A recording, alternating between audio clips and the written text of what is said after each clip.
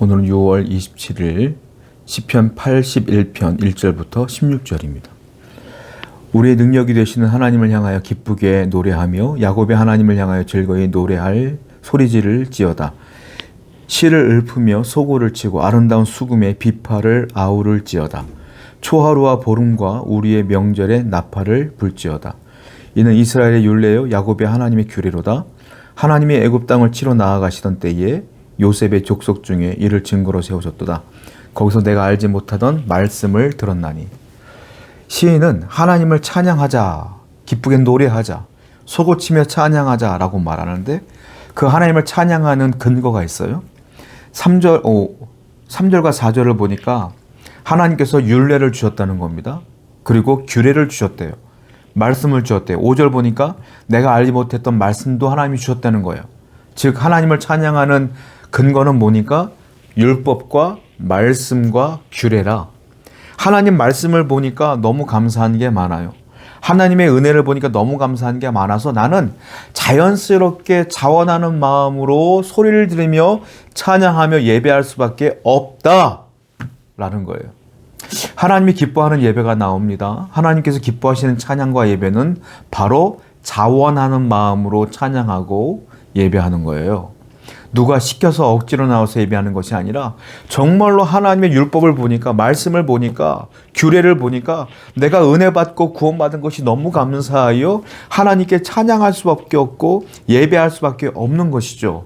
그러므로 자원하는 마음으로 드리는 예배를 하나님이 기뻐하시는데 누가 자원하는 마음으로 예배하느냐? 바로 이와 같이 말씀을 근거로 내가 구원받은 확신을 갖고 구원의 은혜를 잊지 않는 사람들이 자원하는 마음으로 예배한다라는 거예요. 여러분들의 예배는 과연 자원하는 마음으로 예배하는 겁니까? 아니면 억지로 강제로 힘들게 와서 억지로 앉아있다 가는 겁니까? 하나님이 기뻐하는 예배를 드리시는 여러분 되기를 축원드립니다. 7절 말씀입니다.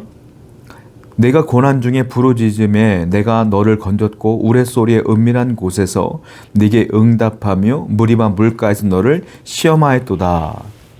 하나님께서 고난 중에 부르짖었더니 응답해 주셨다는 겁니다. 또 하나님께서 계속 우레소리와 같은 은밀한 응답을 계속 주셨는데 무리바 물가에서 너를 시험하였도다. 마치 하나님께서 무리바에서 이스라엘 백성을 시험했다라고 표현하고 있는데 사실은 무리바 물가에서 이스라엘 백성들이 하나님을 시험했죠.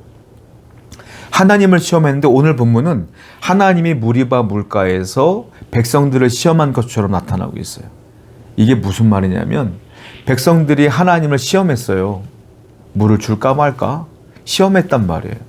안 주겠지 뭐. 시험했어요. 그런데 그 시험한 것 자체가 얼마나 큰 죄악인지 하나님은 그 무리바 물가에서 벌어졌던 그 고난과 역경, 어려움들, 환난을 통하여 보아라, 너희들이 그 원망하고 불평하고 나를 의지하지 않았던, 나를 시험했던 그 죄들의 결과다라고 오히려 시험하신 것이다. 사람이 시험했지만 오히려 하나님께서 너희들의 악이 얼마나 엄청난 결과를 낳는지를 보아라 라고 또 시험한 것처럼 느껴진 거죠. 놀라운 건 뭔지 아십니까? 이렇게 이스라엘 백성들이 끊임없이 하나님을 시험하고 배반하고 원망 불평했지만 하나님은 환난 중에 또 응답을 주시더라. 하나님은 자비하신 분이요 사랑이 많으신 분이기 때문에 그렇습니다. 저와 여러분도 마찬가지잖아요. 우리가 죄악 가운데 있지만 우리는 늘 하나님을 시험합니다. 하나님 주실 수 있어요? 하나님 제가 이런 환난 가운데 있는데 어려움 가운데 있는데 해결할 수 있어요? 하나님 이거 해주시면 제가 이만큼 헌금해 드릴까요? 하나님한테 딜을 하고 있어요. 딜. 맨날 시험해. 그런데도 놀라운 건 하나님은 꾹 참으시고 우리에게 응답을 주셔요. 성도 여러분, 더 이상 하나님을 시험하는 어리석은 죄를 범하지 마시고 늘 하나님의 은혜에 감격하는 여러분 되기를 축원드립니다. 10절 말씀이에요. 나는 너를 애굽 땅에서 인도하여 낸 여호와 네 하나님이니 네 입을 크게 열라 내가 채우리라 하였으나 하나님께서 요구하시는 장면이 나와요. 하나님이 이스라엘 백성들에게 요구하는 건 딱 하나예요. 뭡니까? 내가 너를 광야에서 인도하여 내지 않았느냐?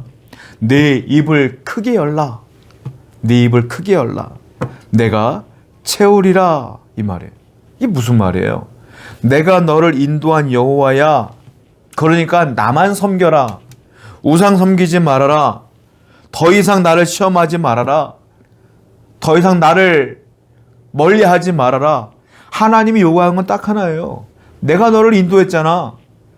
그런데 왜 자꾸 우상을 섬기는 거야? 네가 우상을 섬기지 아니하고 나를 바라보고 나를 예배한다면 뭐예요? 네 입을 크게 열라. 내가 채우리라. 네가 기도하면 입을 쫙 벌리고 기도하면 내가 풍성하게 채워줄게. 이 말이에요. 하나님이 요구하는 건 딱 하나예요. 우상 섬기지 말고 나만 섬겨. 이 말이에요. 그런데 놀라운 건 뭔지 아세요? 이스라엘 백성들이 하나님이 요구하시는 이 단 하나의 요구 조건을 들어주지 않아요. 11절과 12절입니다.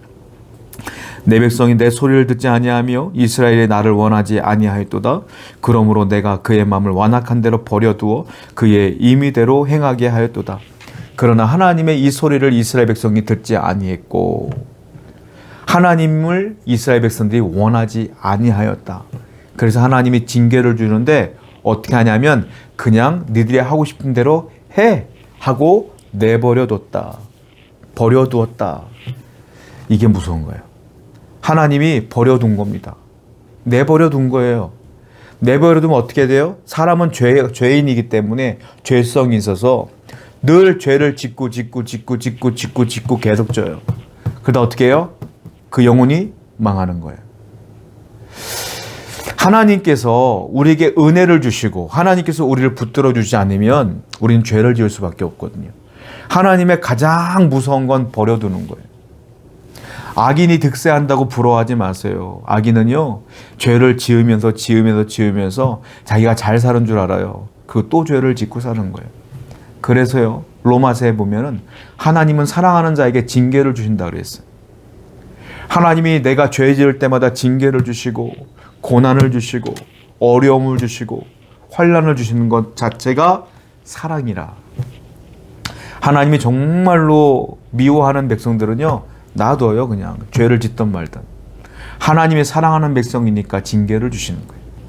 오늘 혹시 여러분들이 어떤 죄 때문에 어려움에 빠졌습니까? 하나님이 여러분을 사랑하는 거예요. 여러분들은 죄를 회개하시면 돼요.